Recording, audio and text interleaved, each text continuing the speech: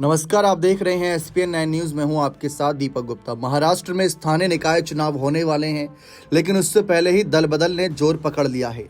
लोकसभा चुनाव में महाराष्ट्र में महाविकास आघाड़ी को बड़ी सफलता मिली थी।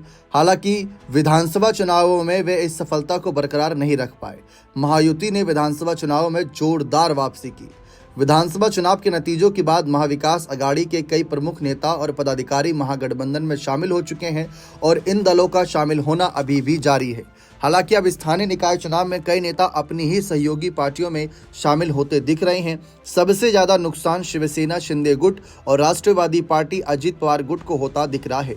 स्थानीय निकाय चुनावों से पहले इन दोनों दलों के नेता और पदाधिकारी बीजेपी में शामिल हो रही हैं। शिवसेना शिंदे गुट के नेता और सांसद नरेश मशके ने इस पर सार्वजनिक रूप से नाराजगी भी जताई थी, लेकिन पार्टी में यह अंतर्कलह अभी तक नहीं रुकी और अब एक बार फिर शिवसेना शिंदे गुट को बड़ा झटका लगा।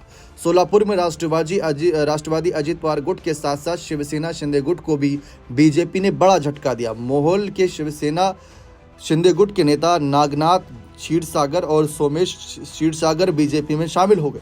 दिलचस्प बात यह है कि मोहेल तालुका से पूर्व विधायक राजन पाटिल के कट्टर प्रतिद्वंदी नागनाथ क्षीरसागर आज पूर्व विधायक राजन पाटिल के साथ बीजेपी में शामिल होंगे।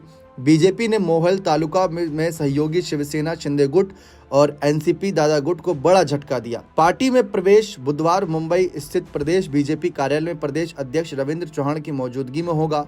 आगामी स्थानीय निकाय चुनावों की पृष्ठभूमि में महागठबंधन में शामिल सहयोगी दलों को एक और बड़ा झटका लगा है। वहीं दूसरी ओर कुछ ऐसा ही हुआ है। वर्तमान में यह स्थिति महाविकास आघाड़ी में भी देखी जा रही है, जहां स्थानीय निकाय चुनावों के मद्देनजर पार्टी में दल बदल की घटनाएं बढ़ रही हैं। अब देखते हैं इससे आगे माहौल किसके पक्ष में और किसके खिलाफ में जाता है। फिलहाल तो पाला बदल की वजह से लग रहा है कि कहीं ना कहीं बीजेपी को फायदा और शिंदे और अजित पवार गुट को नुकसान होता दिख रहा है। बने रहें चैनल के साथ। बहुत बहुत शुक्रिया।